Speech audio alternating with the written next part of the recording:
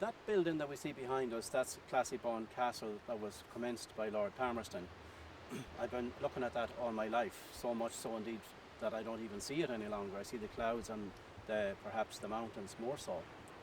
We may today look and this ostentatious monument, which was really a holiday house that was built by Palmerston, being one of the ascendancy at the time when people didn't have enough to eat.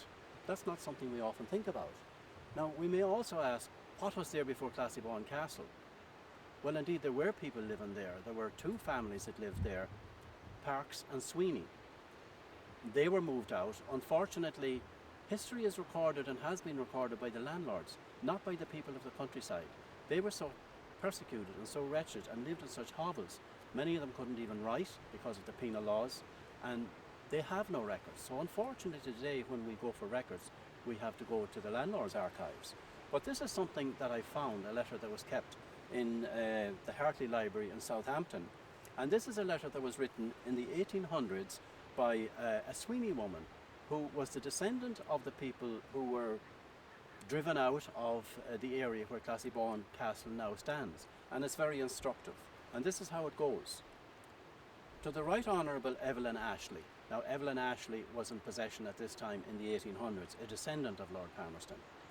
The petition of Rose Sweeney of Mount Temple, widow of the late Arthur Sweeney, most humbly showeth that herself and her husband has been from time immemorable, been on the most cordial terms of amity and friendship with the rulers and heads of this estate. And it's sad to read somebody who was driven from their home that now has to be so deferential to the people that drove her out of there.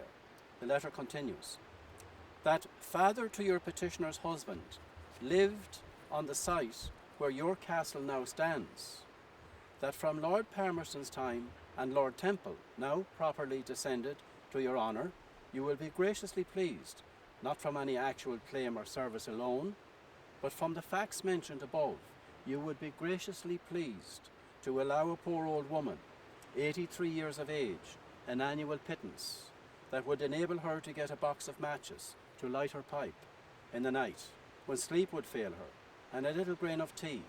Petitioner states that she would not or cannot trouble your honour long, and she will sincerely pray for you.